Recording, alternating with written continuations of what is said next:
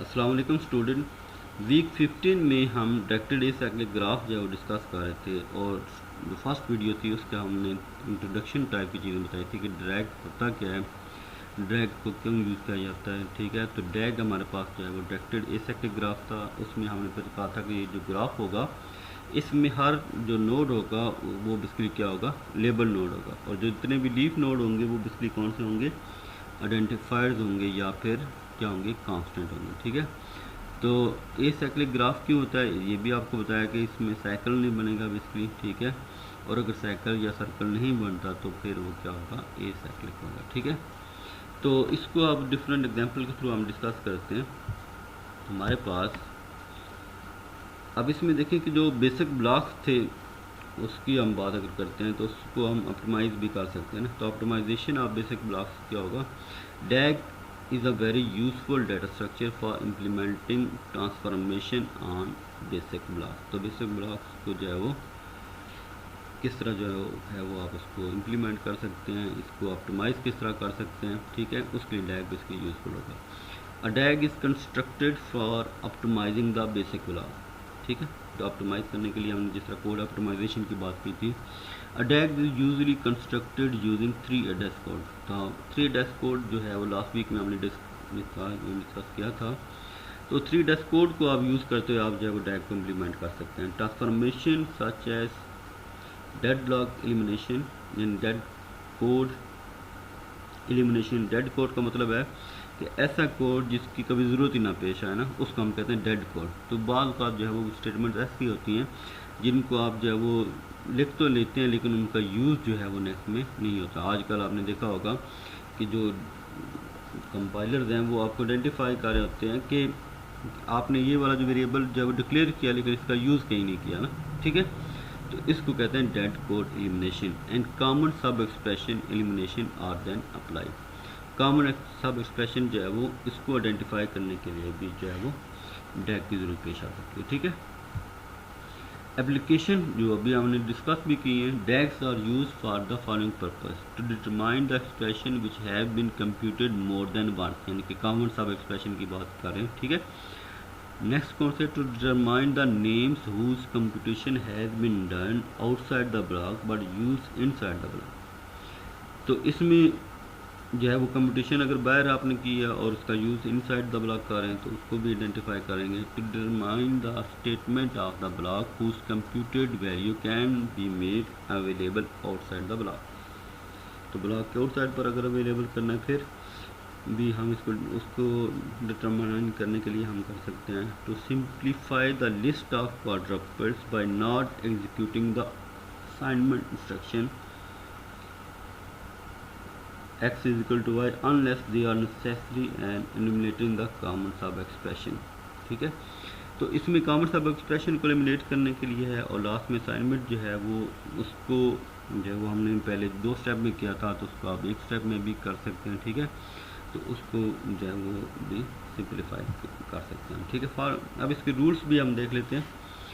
Construction of डैग्स, तो rules हमारे पास इसमें जो है वो कौन से होंगे, following rules are use for the construction of DAGs. Rule number 1 क्या है, in a DAG interior nodes always represent the operator. तो हमने देखा था सिंटैक्स ट्री के अंदर जो इंटीरियर जो ऑपरेटर था वो इंटीरियर जो लेबल था वो कौन सा था, ऑपरेटर को यूज़ हो रहा था।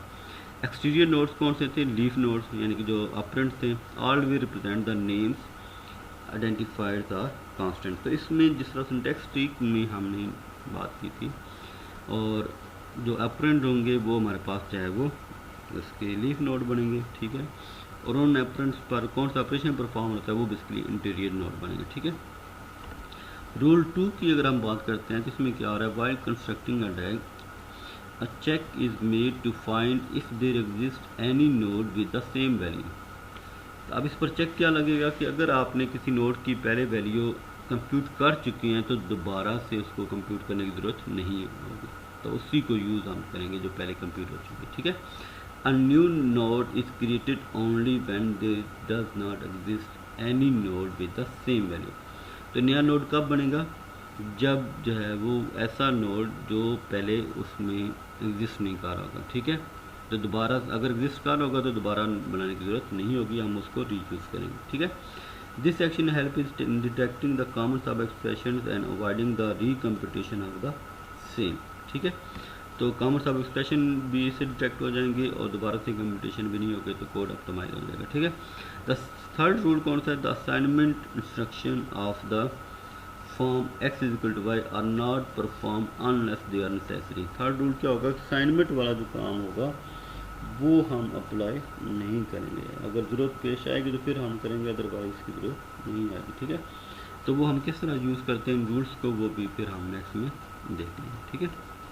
एग्जाम्पल के थ्रू आप इसको अगर हम डिस्कस करें तो हमारे पास जो फर्स्ट एग्जाम्पल है वो है d is equal to a plus b bracket में, फिर ब्रैकेट स्टार्ट हो रही है, उसके बाद c प्लस और इंटीरियर ब्रैकेट में हमारे पास a प्लस बी और ब्रैकेट क्लोज है, ठीक है।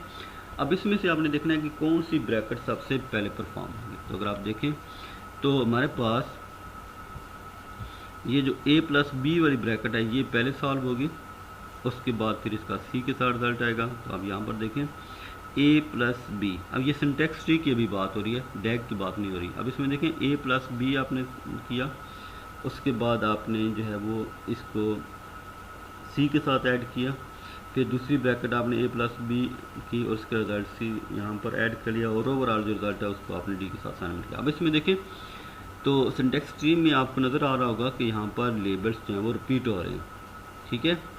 तो लेबल रिपीट हो रहे हैं, नोट्स भी रिपीट हो रहे हैं, जिस तरह ये a प्लस बी वाला जो है ये 2 दफ़ा हम काम कर रहे हैं। तो जो डैग होगा उसमें बेसिकली आपने ये करना है कि ये 2 तरह के काम नहीं करेंगे, यानी कि 2 दफ़ा आपको कंपटीशन करने की ज़रूरत नहीं आएगी, बल्कि आपने एक ही दफ़ा उसको कंप्यूट करना है, ठीक है। अब इसका अगर आप डैग देखते हैं तो आप यहाँ पर देखें कि हमारे पास जो इसका 3 डैशबोर्ड है ये बेसिकली ऑप्टिमाइज कोड आपको नज़र आ रहा होगा। तो ऑप्टिमाइज कोड में हमने क्या बात की थी, जिस तरह हमने ट्रिपल्स की बात की थी, तो a प्लस बी का रिजल्ट हमने T0 में स्टोर किया, क्वाड्रुपल्स जिस तरह हमने किया, फिर T0 जो पहला रिजल्ट कंप्यूट हो चुका उसी को यूज़ कर रहे हैं, इसको c के साथ हमने यूज़ किया तो T1 में आ गया। फिर हमने जो T0 में रिजल्ट पड़ा हुआ था और जो T1 का रिजल्ट है उनको दोनों को ऐड करके उसको d में स्टोर किया, ठीक है। तो अब इसमें देखें कि हमारे पास T0 जो है ये आप देखें कि a प्लस बी, अब यहाँ पर 1 टाइम हमने इसको लिखा, ठीक है। फिर इसका जो रिज़ल्ट है इसको हमने किसके साथ ऐड किया? c के साथ। तो ये T0 का जो रिज़ल्ट है इसको आपने c के साथ ऐड किया तो हमारे पास क्या बन गया? T1। तो T1 में हमारे पास रिज़ल्ट आ गया, ठीक है। अब देखिए यहाँ पर ये वाला जो है लास्ट वाला स्टेप ये बेसिकली समझने वाला है कि हमारे पास लास्ट में क्या था कि जो T0 में रिज़ल्ट पड़ा है और जो T1 में रिज़ल्ट पड़ा है, इन दोनों की यहाँ पर जो T0 में रिज़ल्ट पड़ा हुआ है, जो T1 में रिज़ल्ट पड़ा है, इन दोनों को बेसिकली आपने ऐड करना, ठीक है। तो T0 का रिज़ल्ट उसके बाद T1 का रिज़ल्ट दोनों को ऐड हुआ तो कहाँ पर किस में स्टोर हो रहा है? D में स्टोर हो रहा है, ठीक है। तो यहाँ पर देखें कि हमने दोबारा से जो है वो a प्लस बी नहीं किया, ठीक है। तो एक दफ़ा a प्लस बी का रिजल्ट स्टोर हो चुका था तो दोबारा से उसको कंप्यूट करने की ज़रूरत नहीं होगी, ठीक है। तो उम्मीद है कि डैग की फर्स्ट एग्जांपल आपको समझ आ चुकी होगी। अब सेकंड एग्जांपल देखते हैं, सिंटेक्स ट्री। आप इसमें भी देखें हमारे पास जो है वो a प्लस बी 2 दफ़ा जो है वो इसमें भी कंप्यूट हो रहा है। लास्ट एग्जाम्पल फर्स्ट वन देखी थी उसमें भी इसी तरह का था केस। अब इसका जो डैग है वो बेसिकली क्या कैसे बनेगा कि स्टेप्स वही हैं, ठीक है, कि a प्लस बी हमने पहले किया तो T1 में स्टोर हो गया, फिर T1 का रिजल्ट प्लस c किया तो T2 में, और T1 और T2 को मल्टीप्लाई करें तो हम T3 में रिजल्ट स्टोर है। तो अब इसमें देखें a प्लस बी हमने पहली दफ़ा किया, फिर a प्लस बी का जो यहाँ पर T1 का रिजल्ट है उसको हमने प्लस किया c के साथ यहाँ पर, ठीक है। तो यहाँ पर रिजल्ट एक बन गया। फिर आप देखें कि T1 का रिजल्ट यहाँ पर था, T2 का रिजल्ट यहाँ पर था, इन दोनों पर हमने स्टार का ऑपरेशन परफॉर्म किया, ठीक है। तो आप लेबल भी कर सकते हैं, विदाउट लेबल भी आप काम कर सकते हैं, अगर आपको इजीली समझ आ सकते हैं तो दोनों एग्जांपल आपको इंशाल्लाह जो है वो समझ आ चुकी होंगी, ठीक है। तो वीक 15 में जो है वो डैग हम डिस्कस कर रहे थे, तो वो उम्मीद है कि आपको जो है वो डिफरेंट डैग होता क्या है, इसके एप्लीकेशन क्या हैं, ठीक है, क्यों यूज़ करते हैं वो भी आपको बता दिया, ठीक है। और डिफरेंट 2 एग्जांपल के थ्रू भी आपको जो है वो डैग किस तरह कंस्ट्रक्ट होता है वो भी बता दें, ठीक है। तो नेक्स्ट एग्जांपल फिर हम नेक्स्ट वीडियो में देखते हैं, ठीक है। थैंक यू, अल्लाह हाफिज़।